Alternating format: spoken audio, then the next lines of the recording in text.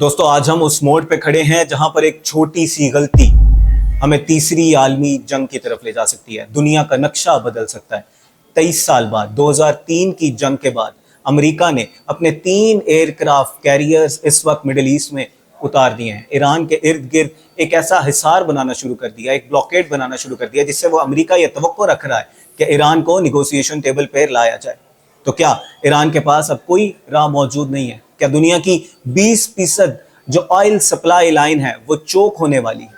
क्या हम अब तीसरी आलमी जंग के दहाने पर खड़े हैं? आज की वीडियो में इसी हवाले से बात करेंगे और बात करेंगे कि पाकिस्तान का सालिसी में क्या किरदार है, डिप्लोमैट्स इस वक्त क्या कर रहे हैं और क्या वाकई हम तीसरी आलमी जंग के दहाने पर खड़े हैं। आज की वीडियो निहायत ही अहम है, हमारे साथ रहिएगा।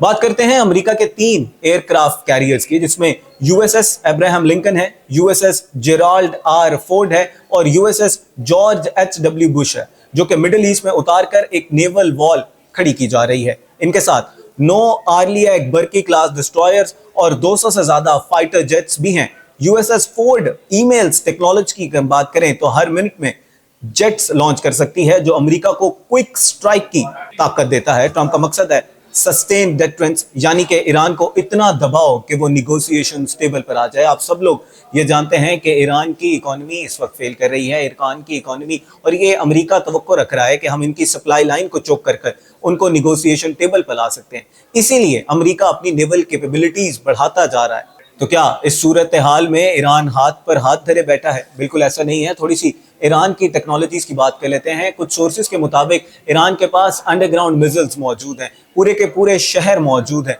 जिसके ऊपर कोई भी अमेरिका का बम इतना असरअंदाज नहीं है, उनको तबाह नहीं किया जा सकता। इसी के साथ साथ ईरान के पास फतेह हाइपरसोनिक मिसाइल्स हैं, जो दुनिया के किसी भी डिफेंसिव सिस्टम को तबाह करने की सलाहियत रखते हैं। उनकी स्ट्रैटेजी है swarm attack.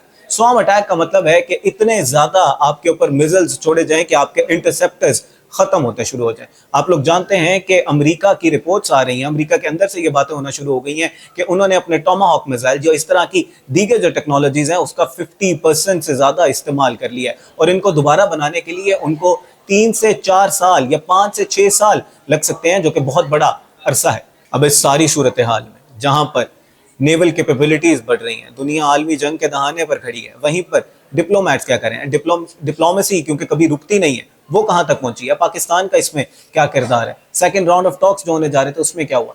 Abbas Araghchi foreign minister Pakistan के दौरे पर आते हैं, उसके बाद वो यहाँ से बात करते हैं, फिर ओमान चले जाते हैं, ओमान से वापस आते हैं, पाकिस्तान आते हैं, अपने सेट ऑफ डिमांड्स देते हैं। सोर्सेज के मुताबिक इन सेट ऑफ डिमांड्स में ये बात की जाती है कि अमेरिका से को ये कहा जाए कि आप पहले अपना नेवल ब्लॉकेड खोलें और उसके बाद दूसरे फेज में हमारे साथ जोहरी हथियारों के हवाले से बात करें। और ये सारी डिमांड्स देने के बाद वो इस वक्त रशिया चले गए हैं, जहां पर उनकी मुलाकात व्लादिमीर पुतिन से भी होगी। तो इन सारी सूरत हाल में ये खुशाइंद है कि दोनों पार्टीज कुछ ना कुछ एग्रीमेंट चाहती हैं। और कुछ दिन पहले हमने देखा था कि यहाँ पर एक्सपेक्ट किया जा रहा था कि सेकेंड राउंड ऑफ टॉक्स होंगे। जैरेड कुशनर और स्टीव विटकॉफ को जो डोनाल्ड ट्रंप है उनकी तरफ से पाकिस्तान भेजा जाएगा, लेकिन निगोशिएशन टेबल पे दोनों नहीं बैठते और उनका जो आना था यहाँ पर कैंसिल कर दिया जाता है, जिसके फिर बाद ट्रंप ये कहते हैं कि हमारे पास सारे पत्ते मौजूद हैं, हम लोगों को किसी चीज के ऊपर भी हम लोगों को कोई जल्दबाजी नहीं है। अब इस सारी सूरत हाल में जो डिप्लोमैट्स हैं, जो फॉरेन रिलेशंस एक्सपर्ट्स हैं, वो क्या कहते हैं आपको मैं बताता चलूं। फॉर्मर डिप्लोमैट मलीहा लोधी इस बारे में कहती हैं कि ईरान के पास स्ट्रेटेजिक लेवरेज अभी भी मौजूद है, स्ट्रेट ऑफ हॉर्मुज़ पर उनका कंट्रोल अभी तक मौजूद है, जिसको वो एज अ वेपन इस्तेमाल कर रहे हैं। और इसके साथ डॉक्टर इल्हान नियाज का एनालिसिस है कि अमेरिका ने अभी तक अपने जो हद थे, जो मकासद थे, वो हासिल नहीं किए। इस वजह से ट्रंप को कोई ना कोई ऐसी चीज चाहिए जिसको वो एक फतह के तौर पर पेश कर सकें, एक एग्रीमेंट के तौर पर कोई ऐसी चीज पेश कर सकें, चाहे वो एग्रीमेंट हो, चाहे वो कोई चीज हो, जिसको वो अपनी पब्लिक को पेश कर सके। क्योंकि अमेरिका के अंदर से ये आवाजें उठना शुरू हो गई हैं कि ये जंग हमारी नहीं थी, हम पे थोपी गई है, जिसका महंगाई में हम अपना खमियाजा भुगत रहे हैं। अमरीकी अवाम इस सारे का खमियाजा भुगत रही है। अब थोड़ी बात कर लेते हैं इकोनॉमी की। इस वक्त मार्केट्स की क्या सूरत हाल है? अगर हम बात करें इकोनॉमिक तूफान की, जिसने पूरी दुनिया को हिला के रख दिया है, तो आज सुबह एशियन मार्केट्स की खुलते ही ब्रेंट क्रूड 2.2% इजाफे के साथ 107.70 डॉलर पर ट्रेड हुआ और यूएस क्रूड 96.40 पर जा चुका है। ये सिर्फ महंगाई नहीं बल्कि एक ग्लोबल सप्लाई चेन को एक बहुत बड़ा धचका है। अमेरिका ने ईरान की पोर्ट्स का मुकम्मल ब्लॉकेट कर दिया है, जिसने ईरान की ऑयल एक्सपोर्ट्स जीरो कर दी हैं।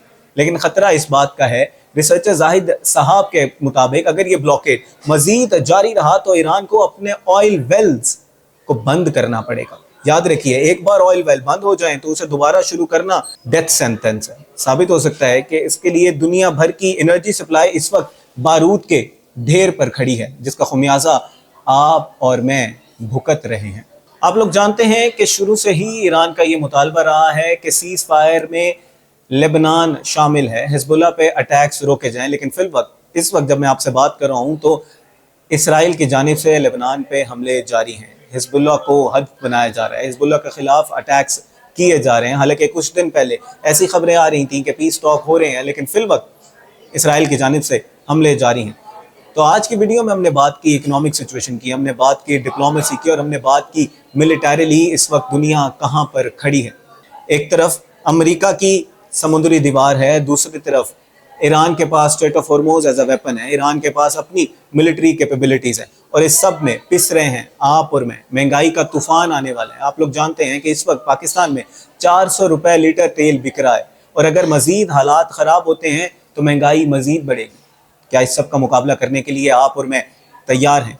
इस सब के बारे में अपनी कीमती राय लाजमी कमेंट बॉक्स में दीजिएगा, और इस एनालिसिस को आप किस तरह देखते हैं वो भी लाजमी तौर पर बताइएगा। मैं हूं आपका मेज़बान तिहाम आसिफ।